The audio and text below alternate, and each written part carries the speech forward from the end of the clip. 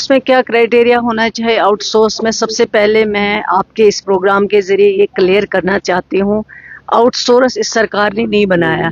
मैं तो खुद चाहती हूँ, मैं अभी जब दिल्ली गई थी मैंने ऑनरेबल यूनियन मिनिस्टर साहब से बात की है, मैंने कहा ये आउटसोर्स से कोई क्वालिटी हमें मिलती नहीं है।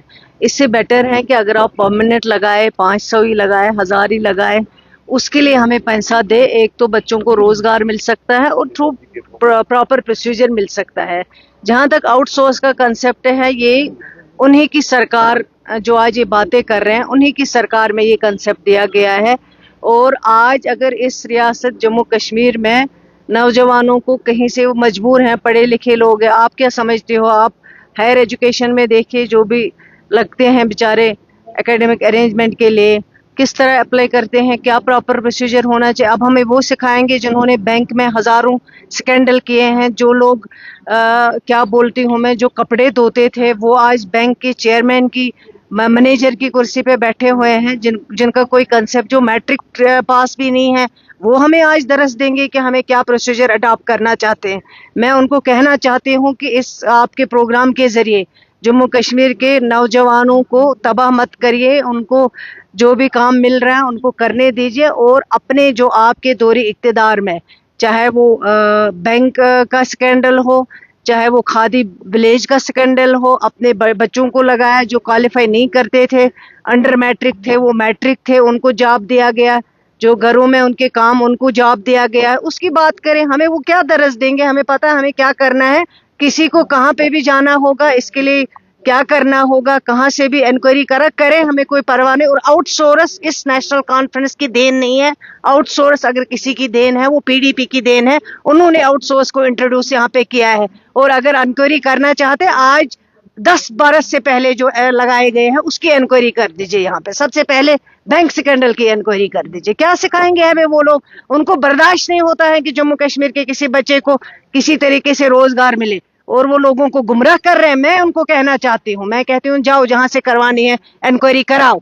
ये इस तरह लोगों को गुमराह मत किया करो। झूठ बोलने की आदत हो गई है उनको, हर लेवल पे झूठ बोलते हैं अपने गुनाहों को छुपाने के लिए, अपने गलतियों को पर्दा करने के लिए। आज अगर हम मुसीबत में है, यूटी नहीं है, हमारे पास स्पेशल स्टेटस नहीं है, हमारे पास सारी चीजें नहीं है, लैंड गारंटीज, आज लोग मर रहे हैं, आज लोगों को जमीनों के मसले हो रहे हैं, आज लोगों को जॉब नहीं मिल रहा है। अगर उसकी मेहरबानी किसी ने की है वो इन्हीं मेहरबानों ने की है। और आज वो हमें दरस देंगे जिन्होंने बैंक से स्कैंडल किया है, जिन्होंने उसमें करोड़ों पैसे लिए हैं, आज वो हमें दरस देंगे कि हमें क्या करना चाहिए। शुक्रिया।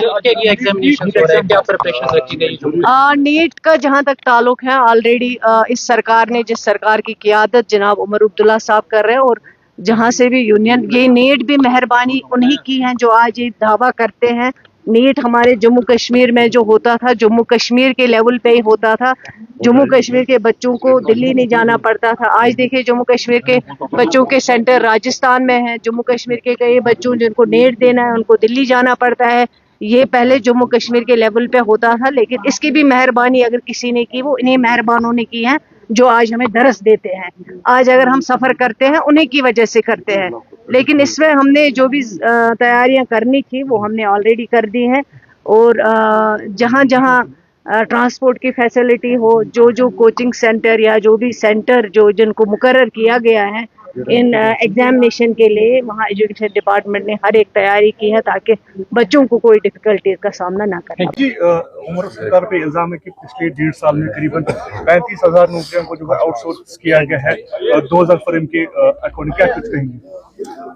देखिए, आज योग दिवस है और मैं कोई राजनीतिक टिप्पणी नहीं करना चाहूंगा, लेकिन आपने प्रश्न पूछा है तो प्रश्न से भागूंगा भी नहीं, इसमें कोई शक नहीं। और असेंबली में भी खुद वजीर आला साहब ने कहा है कि हमने नौकरियां दी हैं। उन्होंने ये कहा था कि भाई कम से कम किसी को नौकरी मिली। हमारा नौकरियों से या नौकरी मिलने से कोई किसी किस्म का विवाद नहीं है। हमारा ये कहना है कि जो गरीब बच्चा पढ़ लिख के मेहनत करके इस इंतजार में है कि जम्मू कश्मीर की सरकार उसे कोई प्रॉपर मैकेनिज्म से, प्रॉपर रिक्रूटमेंट पॉलिसी से नौकरी देगी, जिसमें उसका मेरिट, जिसमें उसकी प्रतिभा का उपयोग होके वो नौकरी हासिल करेगा।